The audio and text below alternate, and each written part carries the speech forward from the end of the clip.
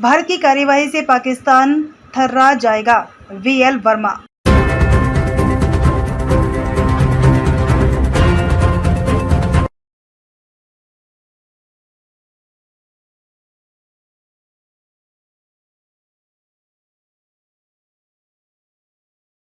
बदायूं में one stop centre के उद्घाटन समारोह पर केंद्रीय राज्य मंत्री वीएल वर्मा पहुंचे।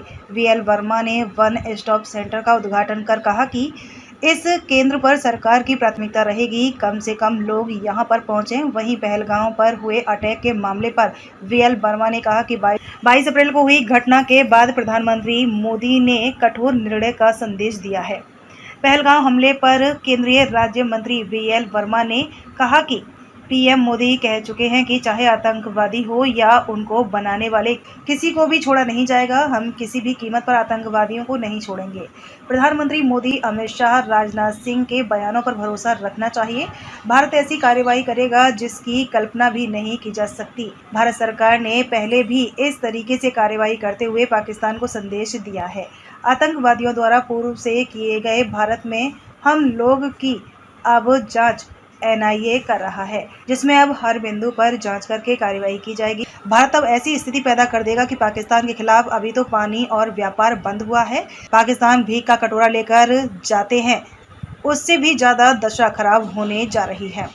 वीएल वर्मा ने वन स्टॉप सेंटर के नवनिर्मित भवन का उद्घाटन किया और बताया कि 2015 में इस योजना को पीएम मोदी ने लागू किया था, जिसमें कई तरह की सुविधा एक छत्र के लिए नीचे दी जाएगी। घरेलू और बाहरी हिंसा की शिकार महिलाओं को अब इस केंद्र से लाभ मिलेगा।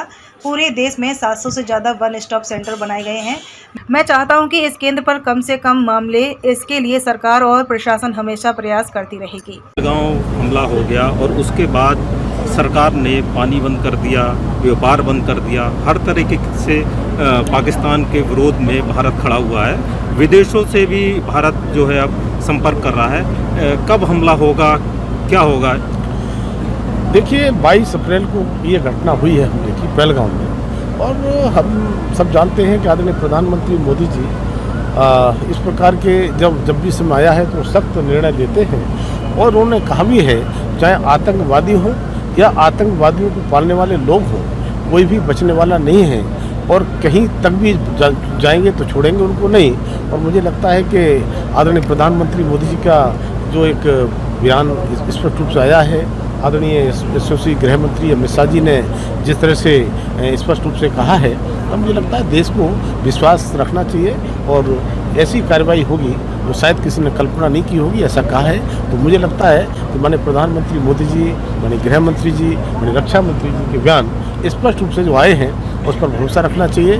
और जिस तरह से जवाब दिया था पूरी हमले का, जिस तरह से जवाब दिया था पुलवामा हमले का, मुझे लगता है उससे भी बड़ी सजा इनको दी जा सकती है। कांधार हाईजैक जब हुआ था तब उस आतंकवादी का एक नाम सामने आ रहा है, और उसी की साजिश को लेकर एनआईए अब उस बिंदु पे आगे बढ़ रही है। क्या लगता है कि ये पूर्व से जोड़ के ये लोग आतंकवादी वही लोग हैं? देखिए, भारत की सुरक्षा के विषय में जो हमारी बहुत महत्वपूर्ण एजेंसियां हैं वो अपना काम कर रही हैं, और मुझे लगता है कि देश के प्रधानमंत्री जी, गृह मंत्री जी और रक्षा मंत्री जी जब जिन चीज़ों को देख रहे हों उस पर मेरे जैसे छोटे कार्यकर्ता को बोलने का हक नहीं है, लेकिन मैं विश्वास के साथ कह सकता हूं कि आप इंतजार करिए। और जिस तरह से डिप्लोमेटिक एक तरह से सर्जिकल स्ट्राइक हमने की है, तो मुझे लगता है कि अभी तो खाली उनका पानी बंद हुआ है, व्यापार बंद हुआ है। जिस तरह से भीख का कटोरा लिए वो दुनिया में जाते हैं, मांगते हैं, मुझे लगता है उससे भी ज़्यादा दशा खराब होने वाली पाकिस्तान की है। और इस प्रकार के आतंकवादी, चाहे आतंकवादियों को शेल्टर देने वाले लोग, वो बचने वाले नहीं। एक मुस्लिम संगठन बोल रहा है कि